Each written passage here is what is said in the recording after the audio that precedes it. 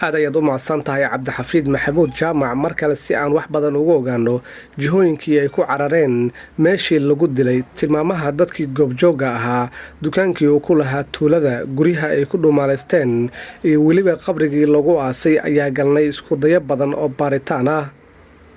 waxaan soo gaarnay meeshii uu ku dhintay cabdirashiid axmed good. halkani waa dukaankii uu lahaa cabdirashiid axmed good, allah u naxariiste.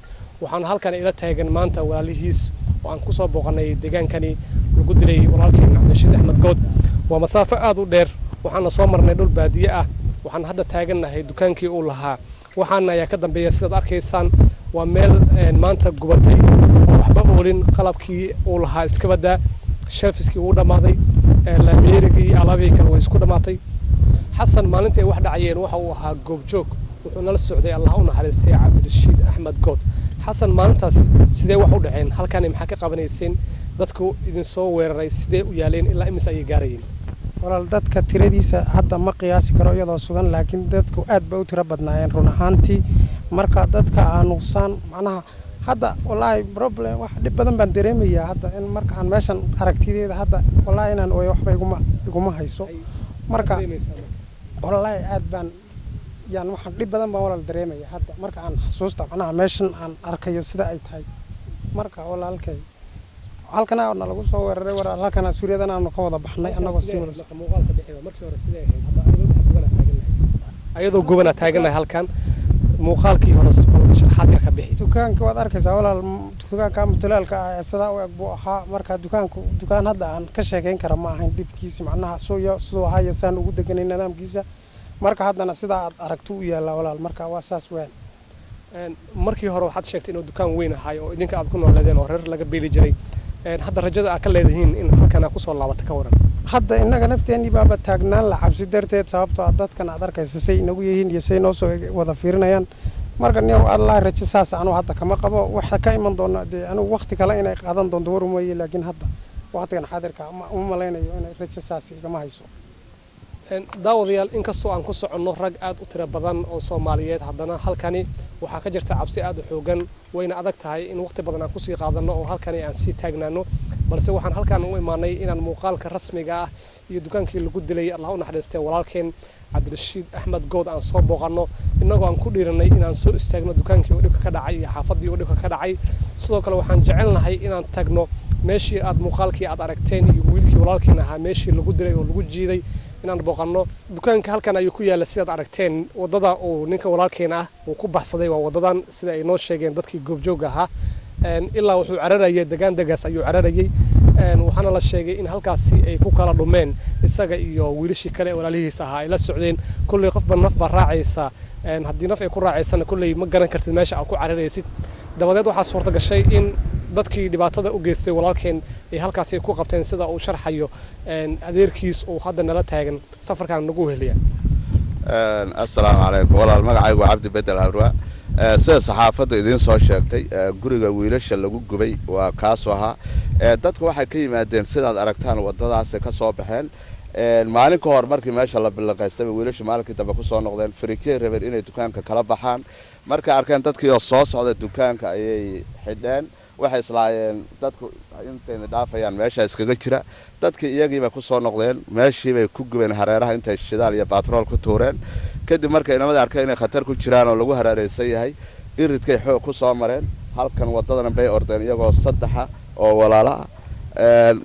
cabaar ilaa 500 mitir markay socdeen wiilashii yarka dhiman doona allah u naxariistay yaa ka dheereeyay. guri bay galeen. kolkay gurigii galeen mayna arkin marka dadku guriga ay nimanka labada wiil galeen. wiilkii kale oo soo noqdo isla walaalada talo xagee ka dhaceen yaay dadku la kulmeen aragtidiisii. meeshaas marka sidaad arkayseen iyadoo iskoolkii soo rawaxay oo dadkoo dhan meesha joogeen. wadadan bay ahayd wadadii wiilka lagu dilay sida aad wada arkayseen hore u aragteen. daawadayaal sheekada marxuumka iyo qisadan aad ay u tiro badan tahay, kuna soo koobi karno hadal yar anagoo halkaan taagan. sidaan hore idinkugu sheegnay halkaan waa meel aad iyo aad u cabsi badan oo Soomaalida nala socoto iyo dadka deegaankaba iyaguba aad uga cabsanayaan. waxaan idin soo gudbin doonaa barnaamijka oo dhameystiran qaybaha dambe barnaamijka. waxaana iminka aan tagi doonaa hadduu eebba idmo meeshii lagu dilay walaalkeen cabdirashiid axmed good. waa tahay daawadayaal, waxaan hadda dhex joognaa xaafadii ay wax ka dhaceen. waxaana nala saaran gaariga mid ka mid ah wiilkii la dhashay cabdirashiid good waxaana ilaa hadda dhex mushaaxeynaa tuuladii uu dhibka ka dhacay waxaan noo tilmaamayaa maalintaas sida wax u dhaceen iyo meeshii isaga uu maray iyo meeshii uu dhibta ka bilowday sidee wax u dhaceen hasan guriga ka soo wada baxnay toos baan guriyahaasan soo dhex marnay marka dhinacan wadada halkaasaan kaga soo dhacnay marka gurigaasaan galay waanu ka sii baxnay guriga kalaan haddana sii galnay gurigaas marka yaa wiilkuna dhaafay wadada halkan aanna lagu badbaadiyay wadadan halkan shiradan halkan aan ku jirno saawgal halkan aan lagu badbaadiyay halkan aan ka soo gaadhnay nimankii maartay kolka Soomaalida ahaa iyo dadkii Hindiinta ah ee kolka muslimka ayna badbaadiyay ilaahay baa wax badbaadiyay dad naga soo gaadhay halkaas ay ahayd daawadayaal hadda waxaan hor taaganahay Allahu naxariistay Cabdirashiid Axmed Good halkii lagu dilay oo ku naf baxay waxaan la sheegay in halkan ay ku kala baxeen isaga iyo wiilashii la dhashay waxa la ii sheegay in wiilkii Allahu naxariistay Cabdirashiid Good oo gurigaani oo galay si uu naf ugu raadiyo sidoo kale iyaguna ay galeen gurigaasi kale sida uu sharxayo walaalkiisa oo maalintaasi uu la socday wax yar soo dhaw bal sharaxaad naga siiba markii aad ka soo cararteen dukaankiina kulli hadda halkan ayaa ka soo dhax baxnay kama foga maxaa dhacay kadib halkee ku kala baxdeen halkan way neeriyanayeen anagoo wada jir ah marka guriga aan anagu galay yarku marka wuuna dhaafay ma xiyar gabadh markuna dhaafay dana anagii dib noogu soo noqday noqoshadii uu dib noogu soo laabtay bay dhexda ka qabteen isaga marka anaguna guriga aan ku jirnay anagu marka dib guriga albaabkiisa dambe aan ka soo baxnay xaqan dambe laabida halkan soo marinay baa waxa marka aragnay iyagoo dadkii oo saaran marka qolihii Hindida iyo qof muslimiinta ah dadkii kale naga soo gaadhay baa halkan wadada naga soo baxay saas ahayd walaal saasayna u dhacay sidoo kale dadka aan la kulannay goobjooga ahaa waxaa ka mid ah nin deegaanka u dhashay oo sida muuqata aad uga xun wixii dhacay sheegayna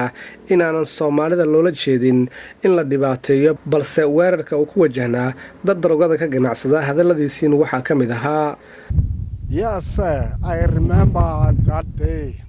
But I think that day we not think we must just, people who must just destroy Somalia. Because I think the communities, you got a problem about the gangsters, not through the Somalis. qaar kamid ah dadka deegaanka oo wadada maraya ayaa ka codsanay hadii ay wax ka ogyihiin arintaasi inay bal noogu waramaan waliba waxa hor taaganahay halkii uu ku ruux baxay ninkii walaalkeena ahaa Cabdirashiid Axmed Good waxaan nala sheegay in ay tahay meeshii ay ku kala dhumeen asaga iyo walaalihiisa halkaani waxa kale nala sheegay meeshii ay la dhaceen dhagaxa iyo mindida iyo bangada in ay halkaani ahayd wali waxaan sii raadinaynaa arrimo kale oo la xiriira arintaasi iyadoo ay noo dhiman tahay rag kale oo ehla ah iyo nin sheekh ah oo isagu dhinaca dhulka u dhigay marxuumka Allah u naxariisto